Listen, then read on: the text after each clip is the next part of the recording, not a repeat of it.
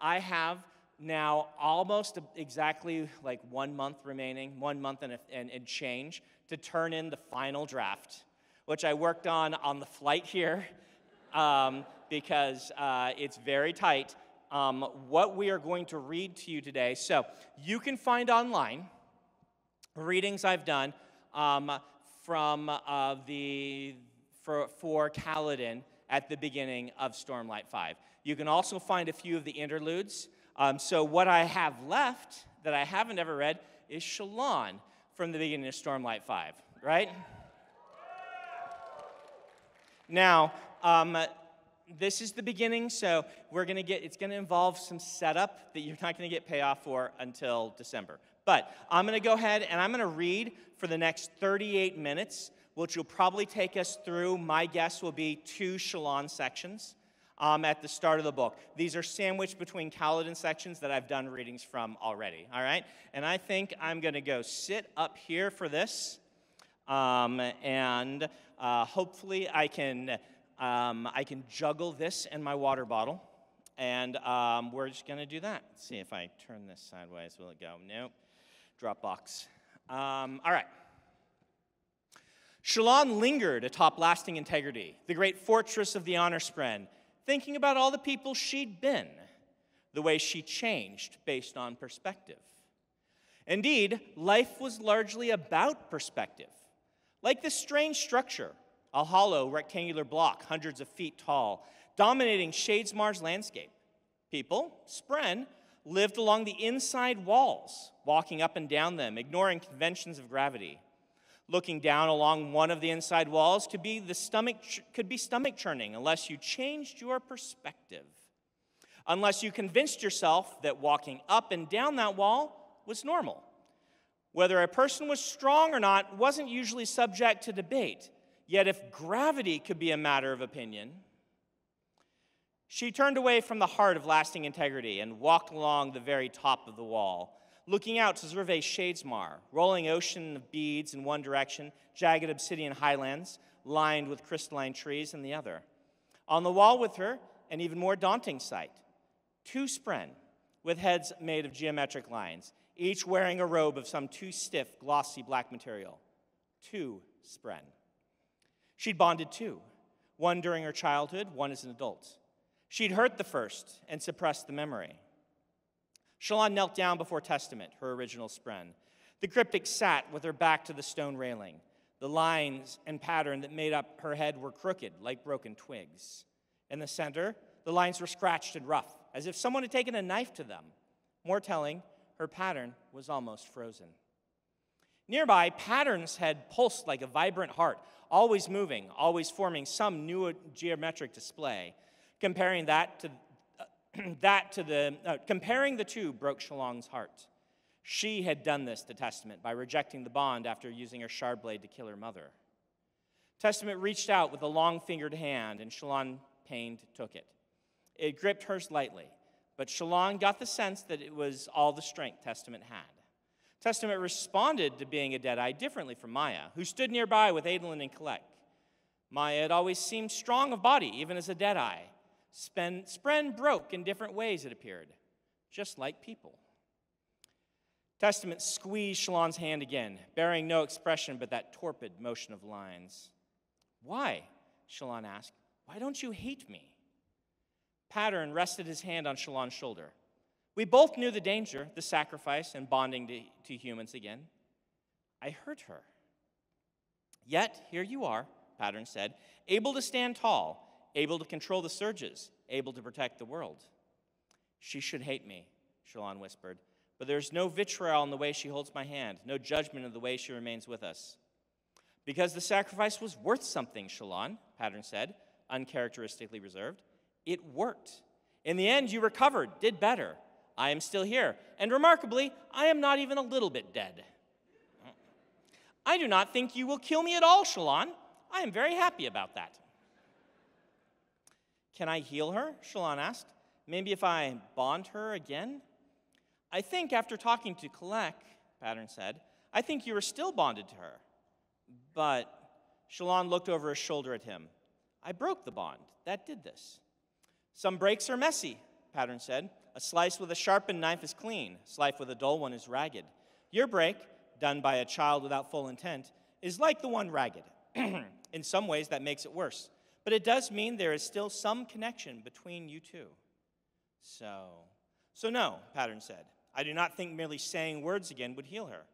His head pattern spun a little more slowly, as if he were contemplating something profound. These numbers are unfamiliar, Shalon. Strange, irrational, in a sequence I do not understand. I mean, we are walking on unfamiliar ground. A better metaphor for you, yes. Unfamiliar ground. In the deep past, dead eyes did not exist. It was what they'd learned, in part, from the Honor Spren and from Maya. The dead eyes, all of them except Testament, had been bonded to ancient radiance before the recreants. Together, they'd rejected their oaths, human and Spren alike. They thought it would cause a painful but survivable split. Instead, something had gone terribly wrong. The result had been the dead eyes. The explanation might lie with Kalek, the very person Shalon had been sent to lasting integrity to kill. She squeezed Testament's hand. I'm going to help you, Shalon whispered, whatever it takes. Testament didn't respond, but Shalon leaned in, wrapping her arms around the cryptic. Pattern's robe always felt hard, yet Testament's bent like cloth. Thank you, Shalon said, for coming to me when I was young. Thank you for protecting me. I still remember it. I still do not remember it all, but thank you. The cryptic slowly but deliberately put her arms around Shalon and squeezed back. Rest now, Shalon said, wiping her eyes and standing up. I'm going to figure this out. All right, I have to skip an insert from Kaladin that I've already read in that chapter and skip forward to the next Shalon.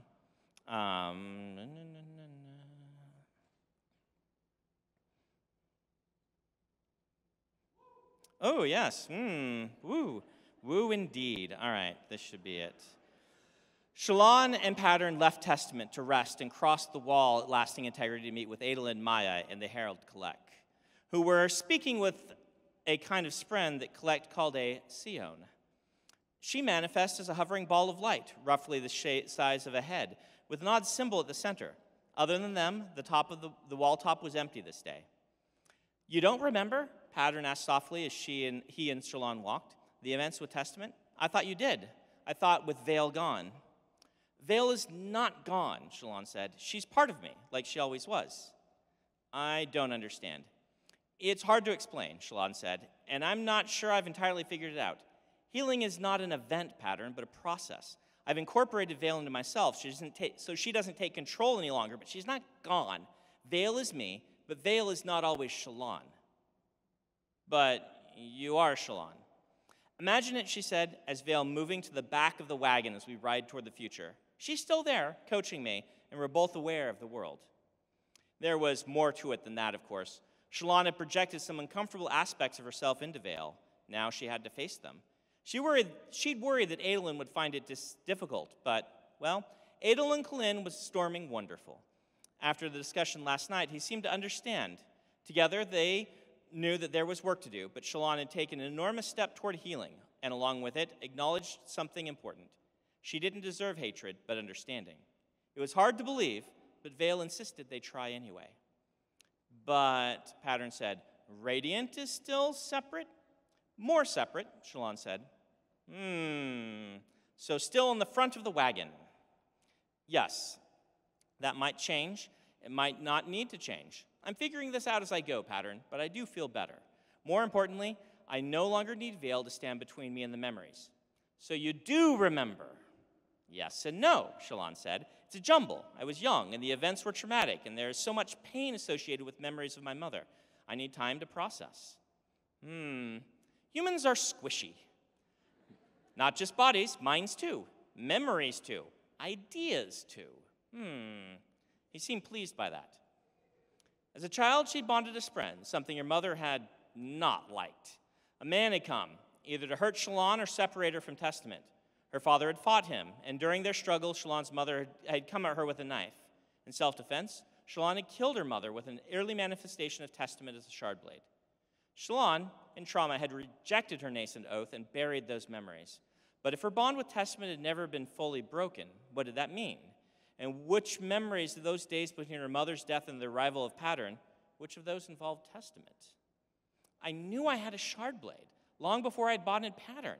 I thought about it in Carbranth. She convinced herself that the weapon belonged to her father and had been kept in his safe. She'd gone there before leaving and drawn it out to dismiss it, pretending it was an ordinary blade, pretending she had 10 seconds to summon it. However, a part of her had known even then it was Testament, a friend to whom she'd done great harm. That was the one thing Shallan clearly remembered. Testament was her friend, a nippled pattern on the wall that had delighted, then engaged, then protected a young girl. Her friend had never been as talkative as Pattern. Indeed, Shallan could only remember rare, soft fragments of speech, encouraging her to stand against the darkness in her family. Shallan had loved her mysterious friend dearly. Though her memories were jumbled, the emotions shone through the pain.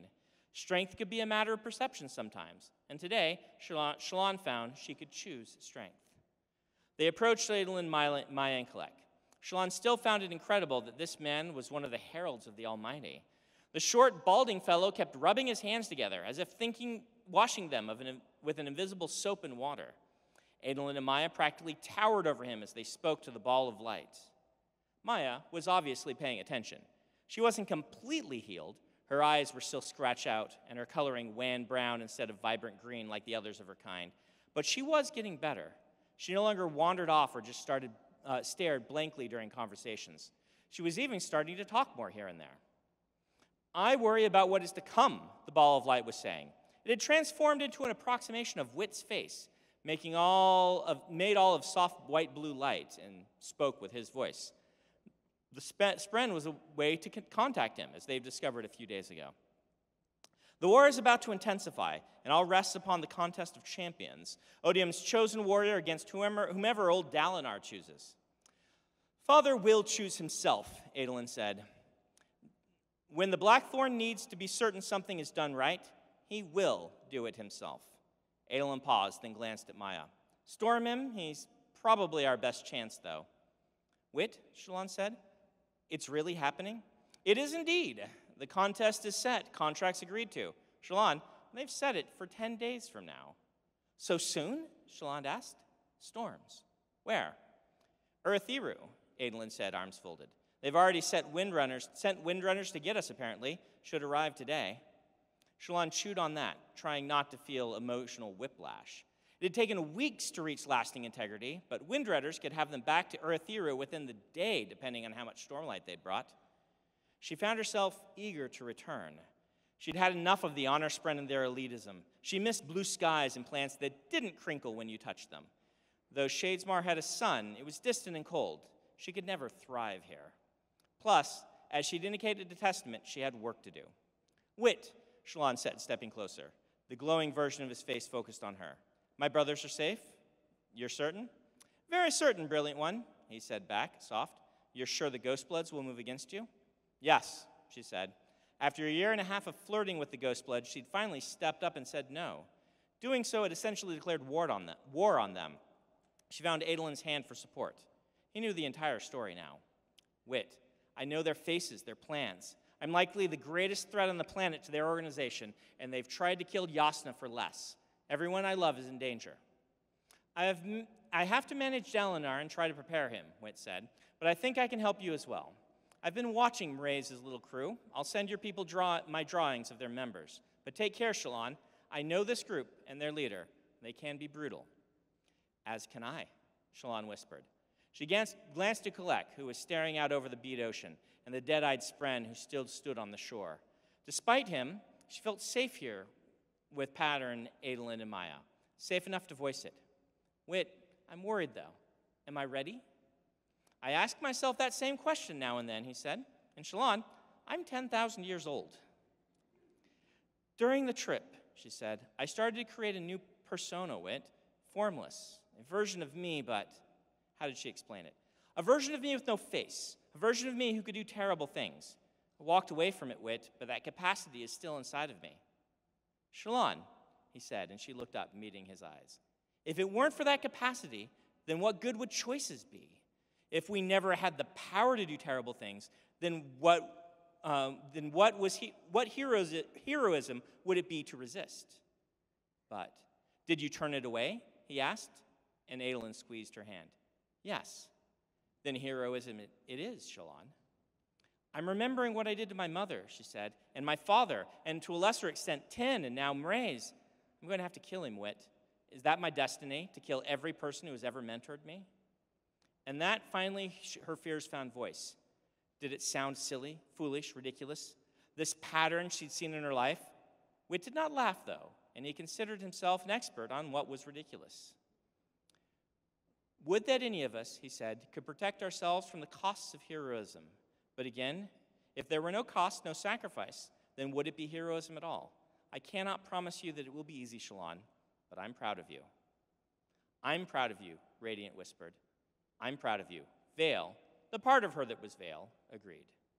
Thank you, she said. I have to go, Wit said, but I'll leave you with this. The Ghostbloods want something extremely valuable, and you have the key to it standing with you right now. If you want to destroy them, you might not need to kill every last one of them. Instead, you might just need a powerful leverage over them. The glowing sphere melded from his face back to a sphere. He's gone, the Spren said. I'm sorry. Wit's final words lingered with Shallan, reinforcing something she'd been considering. A way to protect Roshar from the Ghostbloods. And indeed, she knew what their next target was likely to be. They'd sent her to Lasting Integrity to get intel on one of the Unmade, and the Herald standing with her had the secrets they all wanted to know. I need, she said to Kalek, to know everything you know about Ba Edo Mishram. The Herald wrung his hands and looked to the side as if seeking to escape. We're not going to hurt you, Adolin said calmly. You know that by now. I do, Kalek said. It's just, I wasn't supposed to be involved. None of us are.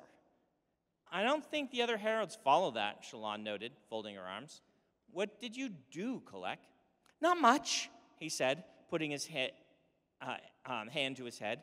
I can't do much these days. I don't know why. I can't decide. He looked up at them, then formed fists, pulling them close up to his chest. I was at Uruthero when the plan to capture Mishram was conceived. Then I joined them on their mission. I guess I'm the only one alive who actually knows what happened to her. That's why the Ghostbloods and their cursed Lord of Scars want me. Just tell us, Shallan said. Some of us learned you could capture Spren inside gemstones, he explained. And Mishram, for all her power, was a Spren. The Radiants prepared a flawless Heliodor, the color of sunlight, and they trapped her inside. And then they hid her prison, not in the physical realm and not in Shadesmar. He bit his lip between his teeth, then forced out another part. In the spiritual realm, Mishram, Milishi hid it there. How? Shallan asked, sharing a look with Adolin. I don't know, Kalek said, backing away. I promise you I don't know. But now they'll send more people for me, won't they? They'll trap me in a gemstone, or they think they'll be able to. He looked to the two of them, wide-eyed, and fled toward the way down. None of them gave chase. This was, unfortunately, usual behavior for Kalek. Maya grunted softly, watching him go. He's gotten a lot worse, she said. Shallan started. You knew him? Met him a few times, Maya said, then took a deep breath. Never thought much of him, even then. Well, Shallan said, we know something more about Mishram, at least. Her prism is part of what Mraize has been hunting for a long time now, I suspect. Might need to find it first before he can do so. Ba Edo Mishram, Adolin said, thoughtful, leaning back against the wall's battlements. The most powerful of the Unmade. What would the Ghostbloods want with her, though? Pattern said. Power. So much power. She was nearly a god. She bonded the singers once. Could Mraize be wanting to do something similar? Shallan shivered, considering and thinking of Mraize and his master Ayatul, somehow commanding the entirety of the enemy army. Was that possible? Whatever the reason, Shallan said, I have to stop him. Her prison is in the spiritual realm, though, Adolin said, frowning. What does that even mean? Pattern said. Means we will never be able to find it. Surely it's possible, Shallan said. If the ancient Radiants put it there, we should be able to take it out. You don't understand, Pattern said, holding hands apart and gesturing in his way. You think Shadesmar is odd, yes? Black sky, little sun, Pattern with arms and legs for perambulating. His head spun a little faster. The spiritual realm is stranger by orders of magnitude. It is a place where the future blends with the present. The past echoes like the striking of a clock. Time and distance stretch like numbers, infinitely repeating. It is where gods live, and even baffles some of them. Shallan took that in, then glanced at Testament, huddled in the shadow of the wall further back along the walk. Our best guess, she said, is that the Deadeyes were created because Mishram was imprisoned, right? Agreed, Pattern said. Mishram became like a god to the singers, the Parshmen.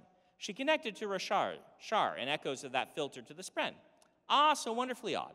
Her imprisonment is the reason broken bonds now have such an effect on the Spren. It's because, Maya said, humans have no honor. The god, I mean. I heard that the Mishram had been captured. I heard that the Radiance would destroy the world. That is why I decided it was done. She shook her head. I don't know it all. I'd like to, considering what the breaking the bond did to me. That day, the day Mishram had been captured, something deeper had happened, an event connecting humankind, honor, Spren, and the bonds. We need to figure out how Mishram or a prison has power over bonds, Shallan said, looking to Pattern. We need to go into the spiritual realm and find that prison, however difficult it is. His Pattern slowed. Then finally, he laced his fingers together. Very well. Though you know what I said when I said I was sure you wouldn't get me killed? Yes. I should like, he declared, to make a retraction. And that is the first of the 2 chapters. I'm going to get you one more. So,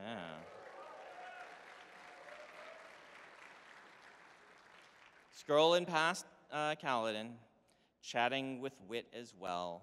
You can read that scene online. I think I read that at Dragonstill last year. Yep.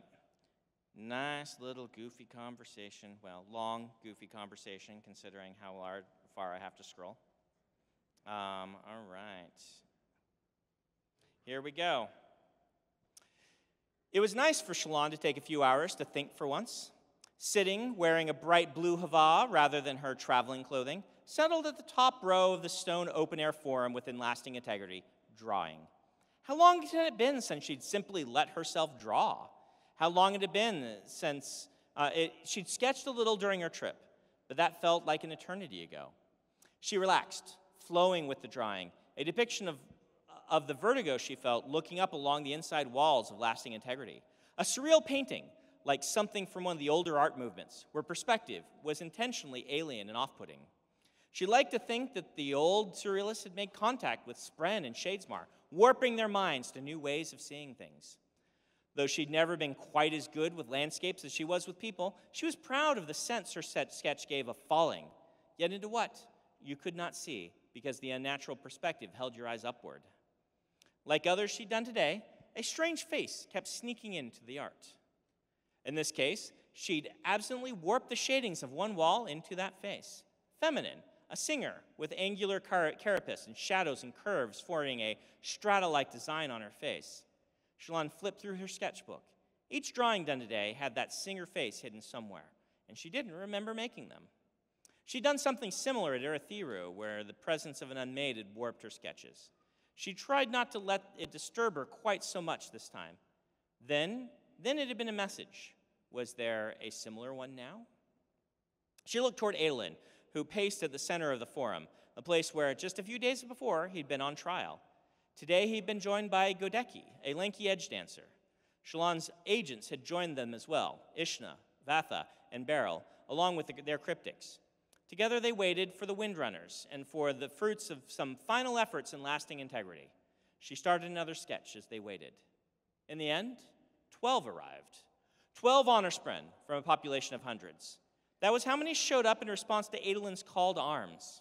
He and Godeki greeted each one with a smile, but she knew he'd expected more. One other did arrive, Nodam.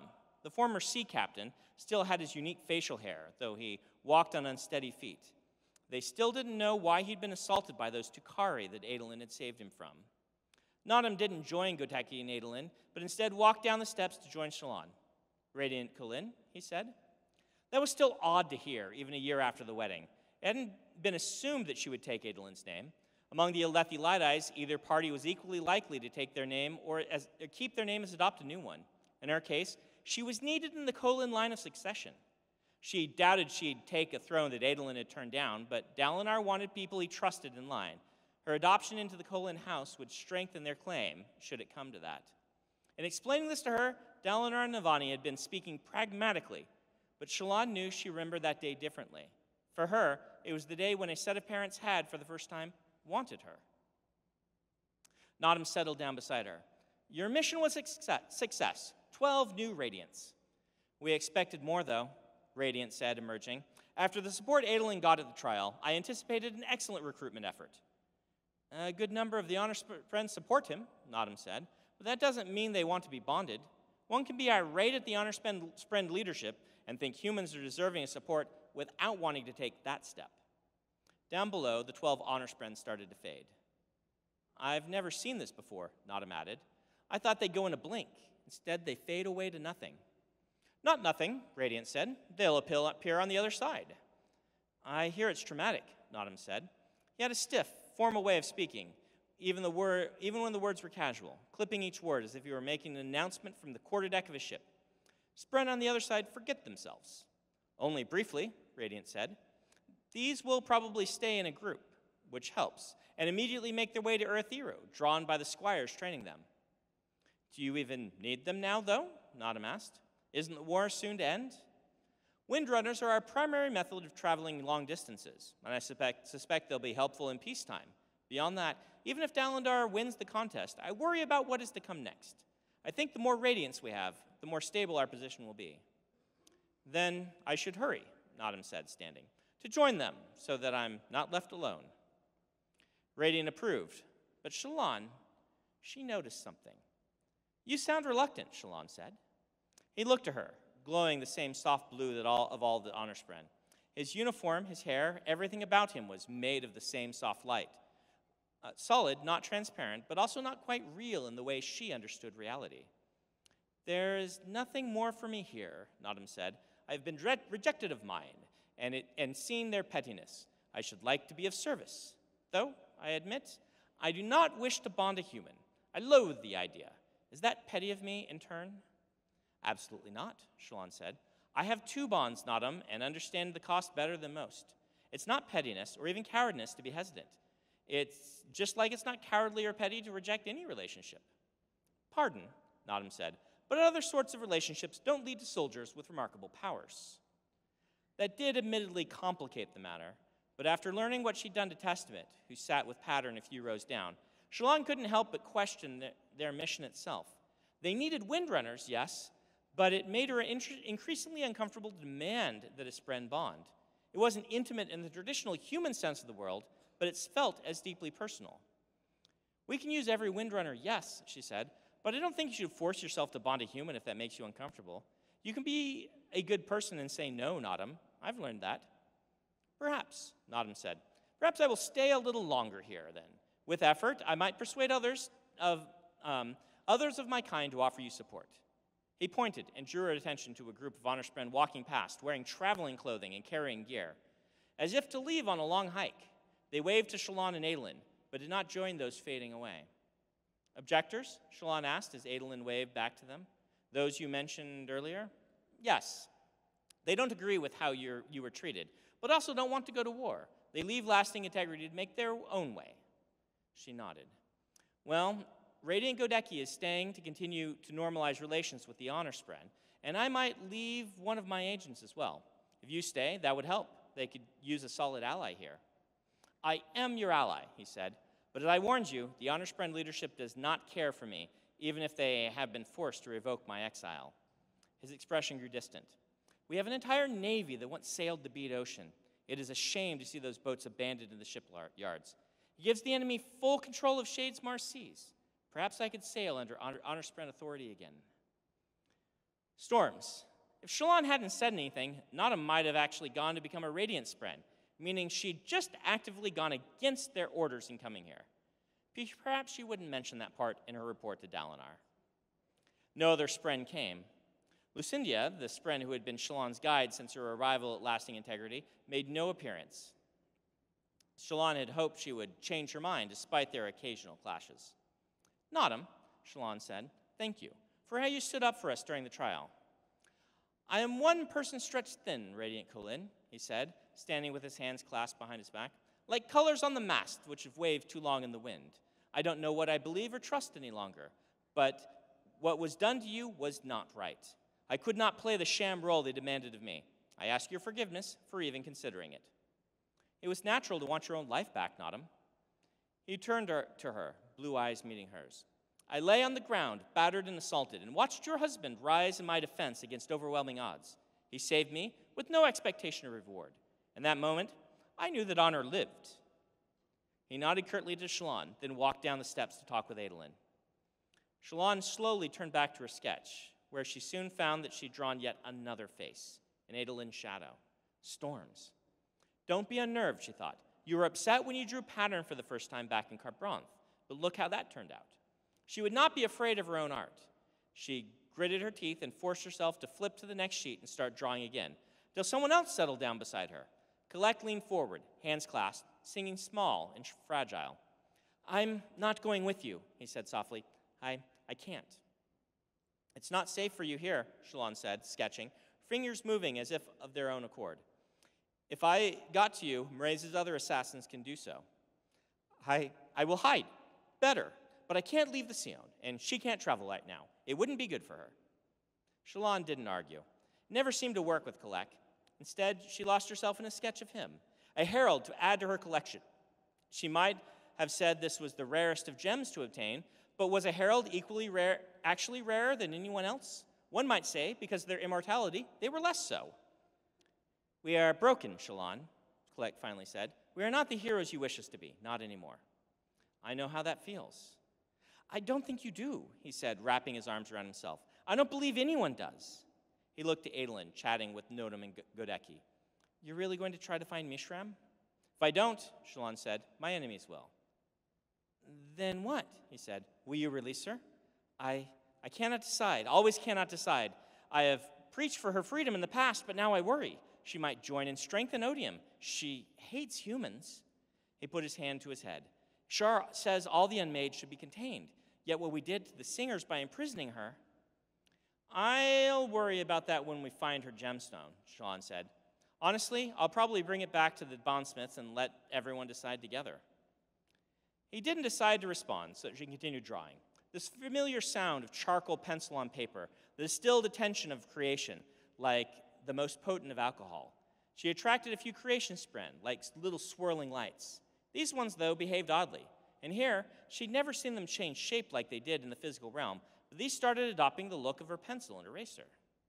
She kept drawing, lines imitating life, freeing it, but altering it at the same time. You could never make an exact copy. That wasn't the point. Every sketch was a picture of the artist as well, their perspective, their emphasis, their instinct, reclaiming a moment otherwise lost. Once you got to the end, it was sublime. That moment when you basked in the thing you'd created, the feeling of awe mixed with disbelief that this beautiful object had come from you, accompanied by the slightest worry that, because if you didn't understand how you did it, you maybe didn't deserve to have been part of the creation. She loved the feeling, even the uncertainty of it. Radiant, Kalek said, hands clasped as he stared down at the stone floor of the amphitheater. What do you fear? What kind of question was that? I don't know, she lied. I fear options, he said. I see every choice I make, and I see the terrible results that could stem from them. If I stay here, I see you fail without me. If I go, I see my presence, broken as I am, cause your failure. I cannot continue. I do not. She rested her hand on his, then handed him the sketch. He took the picture, frowning. Then his eyes widened as he saw it depicting him standing tall, wearing robes and striding from a fanciful city with colorful walls and strange trees with long fronds she'd made up. He carried a staff with an odd shape at the top and strode toward the glowing light on the horizon, though in the picture he looked backward and his face was determined, decisive. Do you often do this? He asked. Sketch people? She said, then blushed. Yes, I kind of do it all the time, when I'm feeling like myself at least. Not simply sketching, child. Do you often draw upon fortune, glimpse someone's possible selves, then pull one forth, touch in some way what could have been, what might still be? He glanced at her and must have seen the utter confusion in her eyes as he sighed. Is this a skill commonly employed by light weavers during your time? Not that I know of, she said, but I don't exactly understand what you're saying. He glanced toward pattern and testament. To Spren. Of course, you've bonded too. Strange things happen when a Nihil bond is imbricated. There were rules against it once, I believe. How long have you had them both? For some time, she said. Though I didn't know it, I didn't remember it until just recently. And how often, he asked, holding up the sheet, do you glimpse into the spiritual realm, then manifest it in your art? Aye. She thought back to pictures she'd done, like one found in the pocket of a dead man, like sketches of the unmade lurking Erythero, or faces turning up in her art without her intending to draw them. She began to feel like a fool for objecting so quickly to someone who obviously knew far more about these things than she did. It might happen now and then, she said. There was an unmade Erythero, and it showed up in my art. Now these faces. She turned one toward him. He nodded. Because you've been thinking about traveling to the spiritual realm and finding Ba-Adom Mishram. That's her. One interpretation of her, yes, he said. If you were someone else, I would assume you had seen some ancient art and were unconsciously influenced by it. For you, he shrugged, fortune can do unthought, fantotic things. I'm sorry, fantotic? It means unnerving, he said. I'm sorry. I don't keep up on shifts in language, nor am an expert on fortune. Best speak to Midias, your wit, about that. And fantotic man himself, that one. I will stop there. It's not the end of the chapter, but we're about out of time.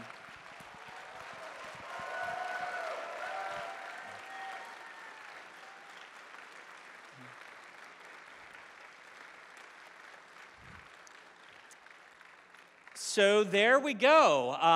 Thank you for coming out to see me. Thanks for stopping by the booth, playing the little game we have set up there. We're testing out doing some things. With Dragonsteel every year, we do some sort of game for people who are there. We're trying one at our booth. It's not very extravagant, but it's the beginning ages of that. Appreciate you, as always, supporting me. We will stick this up online if you want to see it again, and we'll probably put up the text so you can read it without having to hear me stumble over words now and then. Otherwise, I look forward to seeing those of you who have tickets at the signing line. I'm going to head there right now. So.